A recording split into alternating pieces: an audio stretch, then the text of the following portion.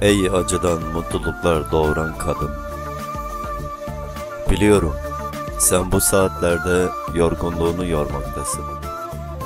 Bu kaçıncı rüya kendini hüznün dar ağacında sallandırdı.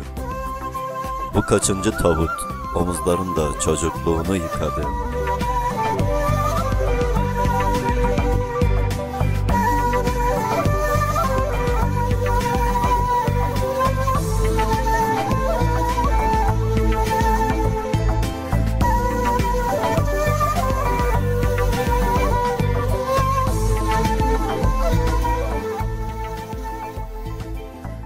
Kanamalı bir gecenin içinden koşuyorum sana. Karanlığın içinden ayıkladığım binlerce yıldız.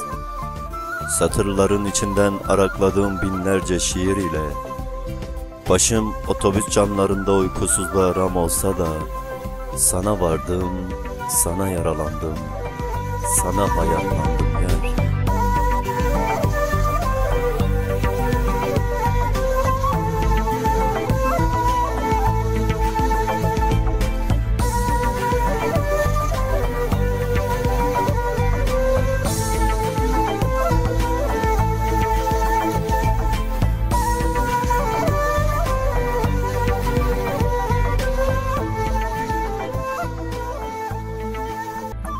Sana gelirken susamıştı karasallığım, kurumuştu şiirlerin, çatlamıştı satır araları.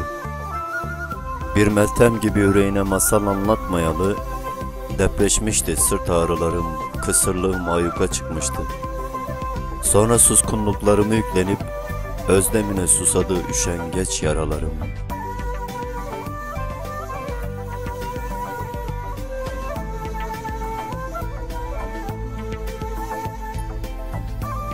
Beni sevdana giydir sevgili, kokunla ört düşlerimi, gözlerinin hayat deryasına yatır harflerimi ve sakın beni nefesinde uyutma, beni nefesinde yaşat ve dudaklarının nihavent sesinde öldür beni.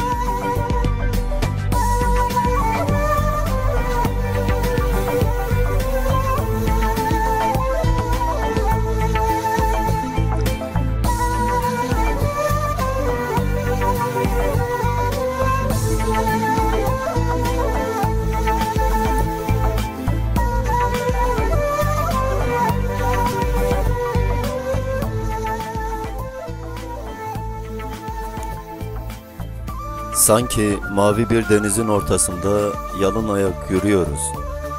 Gözlerimiz aşka kapanmış, yüreğimiz bir sevdaya adanmış, yürüyoruz el ele. Sonra ben bir şiir oluyorum gözleri kapalı. Bilyelerini unutmuş bir çocuğun sırtında sona eriyor ağrılarım. Ve sana ithaf edilmiş satırların arasında soluğum, nefesim çağlayan bir nehir gibi oluyor.